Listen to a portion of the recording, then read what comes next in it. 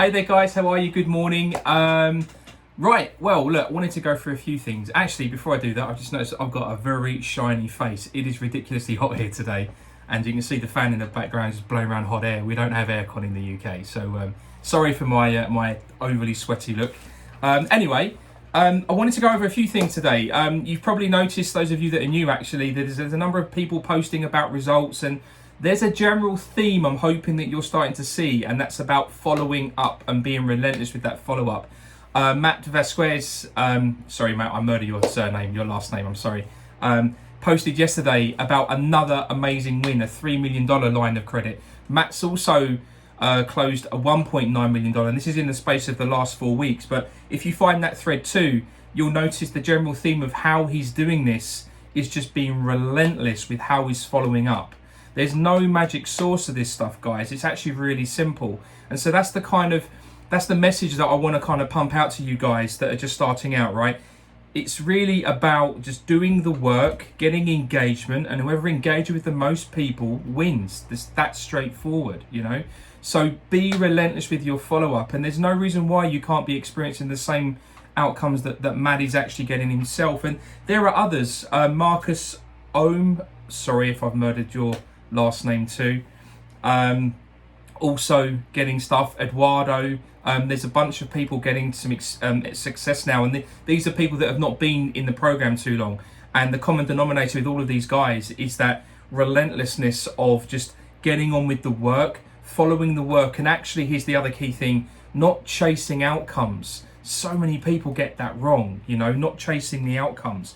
And I kind of want to dovetail that into something, because it's really important that you all sort of celebrate the small wins, right? So when you're starting out, you kind of go through this journey of, like, first of all, you don't know what you don't know. Even for some of you guys, it's like, oh my gosh, the emails, I've never done email mining, I've never set up email automation. And that's the learning curve and experience that you've got to go through too.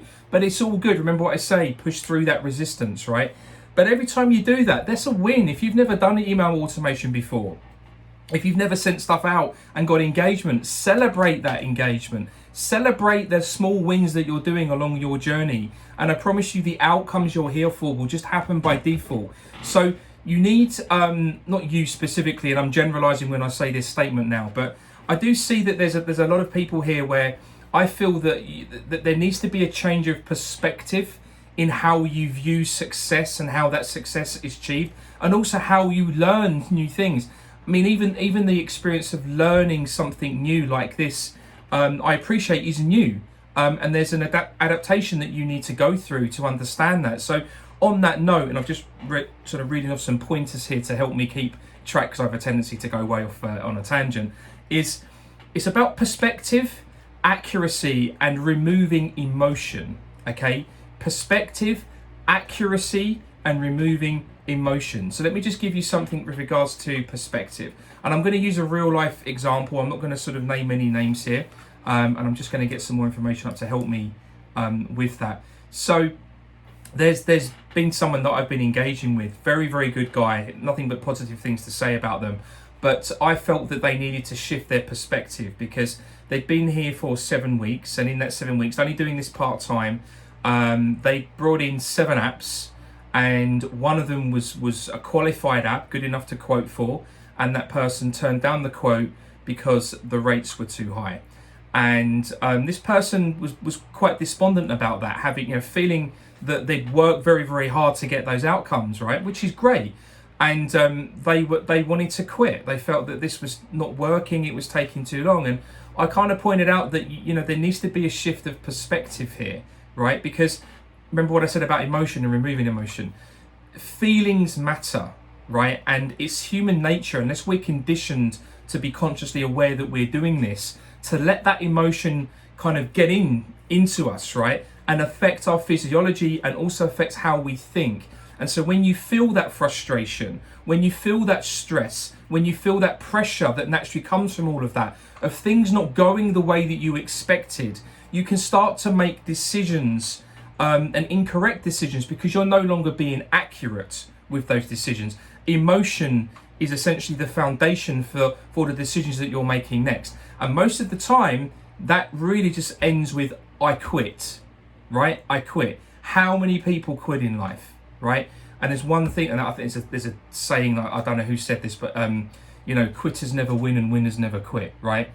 That's the thing. Now, I'm not saying that person's not a quitter or a winner or anything like that. I'm just generalizing the statement and just using that as an example of where the incorrect perspective and a lack of accuracy and just allowing emotion to drive a decision affected the outcome. Now, I want to come into that in a bit more detail, because I suggested that actually, if that was me in that situation, this is how I would view it.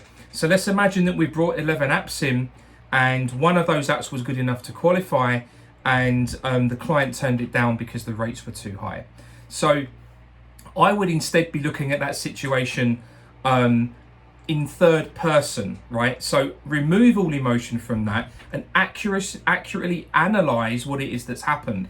So what is it I learned from that experience? That's the first thing I'm looking to understand, and really accurately look at that. What have I really learned from engaging with these people? What have I gained in terms of knowledge that will help me with the next 11 apps that I get in, or the next 11 potential clients that I engage with, that will mean that I can improve next time round and ensure that if I do bring 11 apps in, that there's a higher proportion of those guys that can actually be funded. So what is it I learned? And really look into that. Why did that client get the offer with higher rates? It's very easy just to go, oh, the lenders are bad, the products are bad, the rates are too high. That's it. That's BS, and that's a really a really flawed way of thinking. And I guess, yeah, it is a stupid way of thinking if you don't know what you don't know, right? I'll just put it out there, right? So, what's the problem with that? It's not accurate in its analysis, right? It's a generalized statement, and it doesn't actually mean that that person turned that down because the rates were too high, right? What they tell you doesn't mean it's the truth. So you've got to look at that. What is the client's situation? Why were they offered a deal or a quote where the rates were that high? And more often than not, it's because the client's situation dictates that is the offer. That is the offer they need to get, right? So a lot of the time when you're getting pushback on rates being too high, look at the client themselves, because they are often not in a position that's going to allow them to get cheaper rates. It's as simple as that. So often in that situation, you need to educate them. You need to help them understand that situation and just be brutally honest about it, because if they're getting rates that high, and believe you me, we put a lot of work into our lender network to ensure that we are up there, certainly within the top 10% of what is actually possible in the current market conditions, okay? So there's not really, I'm not saying it won't happen, but it's very, very unlikely they're going to go out there and get cheaper rates. Their situation is their situation, right? Lenders have to think in a certain way, right? They're looking to maximize their opportunity for a profit. So their criteria for funding is often very, very similar. So they may be able to get it cheaper, but the probability is actually they probably won't. So why did that person get a higher rate? What is their actual personal situation? How could you have actually closed them anyway, right? Understanding that situation. How could you approach that situation differently next time round so that you do win? You see where I'm going here? It's about peeling back the layers of the onion and being accurate in your diagnosis as to why that person said the rates are too high. Now put that into any situation that doesn't go the way you want it to. The first thing is to be emotional, is to be frustrated, and all the things that comes with that.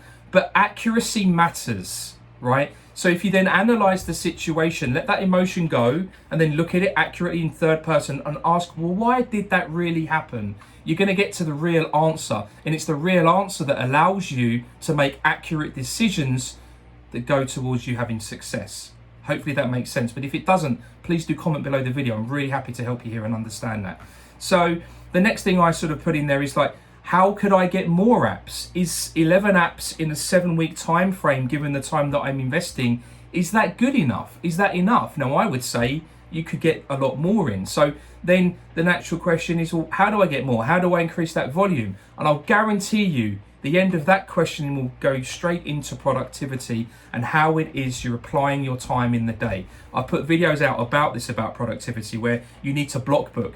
You literally need to make every minute of your day count when you're working. So if you've only got 4 hours, that needs to count. It's not a good thing to get, turn up for your 4-hour segment. Let's just play that out, right? And then you're thinking, right, what do I need to do? You're wasting time. You're not being productive. You should already know exactly what you're doing. within that 4 hour, and the first thing that you're going to do, and the second and the third. That needs to be planned. So you plan your work the day before you start your work, if that makes sense. Know, in capital letters, what it is you are going to execute on, because that's the stuff that moves the needle. And that helps you keep focused on the stuff that moves the needle, because there's so many things that get thrown at us, right? So easy to be distracted. Bunch of emails come in. Oh, I'll acknowledge those right now. But if you spend time doing that, and you're not doing the things that are making you productive, then you're not moving your needle. And that will directly affect how many people you engage with, and that directly affects your results. Everything has a knock-on effect. So important to just be accurate and to shift your perspective as to what's really happening for you right now. Really happening. Don't let emotion blind you to the facts, okay? So that's the first thing there. And then, what is it I need to do to increase the number of fundable deals? That's, again, what you should be looking at. Why did I only get 11 apps in 7 weeks? So again, my point here is continually question what you're doing. The best question you can ever ask is why, right? You can't hide from the answer of why. And believe you me, the first answer you give yourself, or the first answer anyone gives you to that why question, is not the answer. Dig deeper. Peel back the layers of the onion, get to the root cause of what's going on, and then you're accurate. Then you make the right decisions. Okay, hopefully that bit's helped there. So that was coming into, what was I productive enough, right? So we've kind of answered that one as well. What could I change? Okay, what is it that if I get to a point where I'm realizing actually I'm probably not as productive as I need to be, or there's another situation that's become apparent, what is it you need to shift and tweak to improve that, so that you can get more reps in, you can get better engagement, you can qualify more deals? All of this stuff matters. Was I following up enough? And I can guarantee you, hands down, the answer would be no, right? No. You may think you're following up. I've mentioned it earlier on. There's very few people in this community that I can see right now that are doing it in the right way, okay? You need to be relentless. You need to be like a dog with a bone, right? You never let go. You keep going. And unless they're telling you, I'm just going to tell you my mindset, unless they're telling me to politely F off, and sometimes they might actually say F off, I don't stop.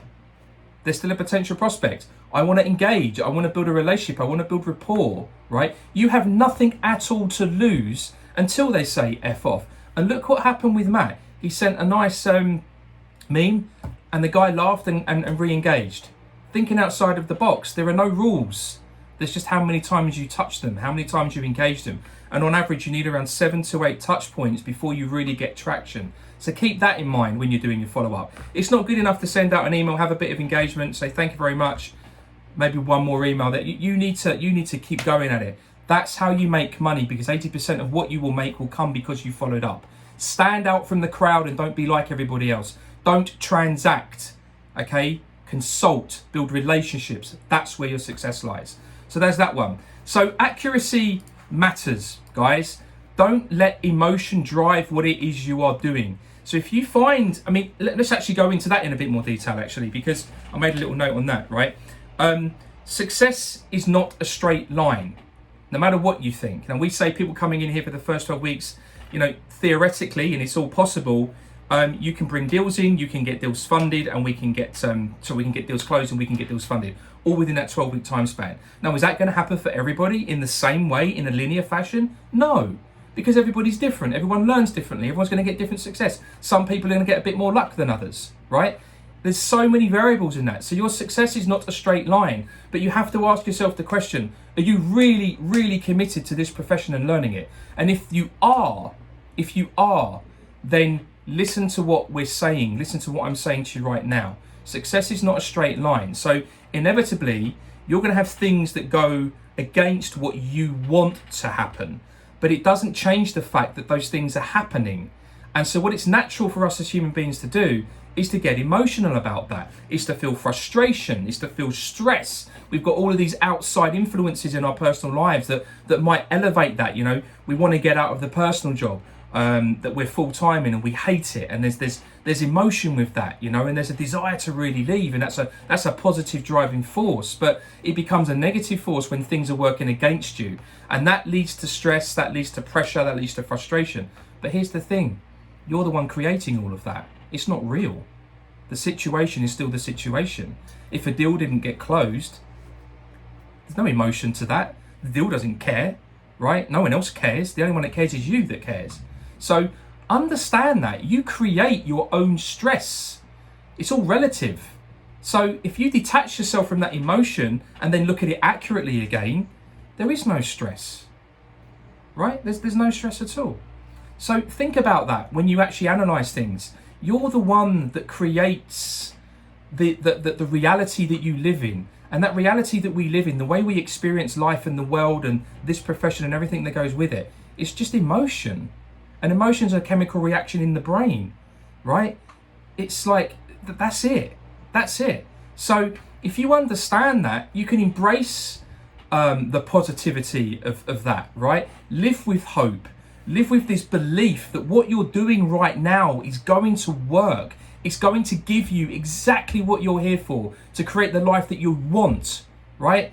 And I don't want to get too deep for you, but that's it. The stress, any negativity that you feel, it's a waste of your time. It's not conducive to you getting success. So many people quit at things in life because of that situation. They're just not accurate and they're not viewing things with the right perspective. So, and again, I'm making the assumption that you want to be here and you want to learn this profession. Clearly, if this profession is not for you, then don't be here. That's completely different. But if you really are all in on doing this, then please listen to what I'm saying, because it matters and it works. It's just the truth of it.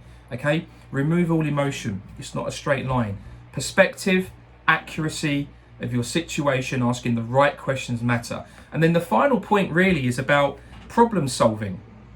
You know, we obviously are training people here, but we're not at school. We're not able to handhold. We just don't have the infrastructure to do that. So that means that you have to at some point be a self-starter in some way, shape or form. You are the one that has to turn up. You are the one that has to be able to try solving your own problem. So if you're having a technical problem with your email, don't just panic and start blowing up your AE and everybody else. I mean, I get emails too. Think about how you solve that. And let me tell you, it's all in the training. You've got the Ion Help Center. It's all there. Everything you need is there. And even if it isn't, YouTube exists, right? Don't panic. Remove the emotion. Be rational and accurate about the situation. Analyze it and take the right steps to solve it. That's it. Okay? So hopefully, guys, I've gone on a while now, 20 minutes. I really didn't mean to do this, but I just want to help you guys that are new here maybe shift some perspective and just analyze your situation better. The bottom line is, get out there, engage with as many people as you can, be comfortable screwing things up, because that's where you're going to learn. And I promise you, if you are just relentless with all of this, stop overthinking it, you will get success. It's inevitable. Thank you, guys. Have a great day. Have a great weekend, and I'll catch you on the other side. Thank you. Bye-bye.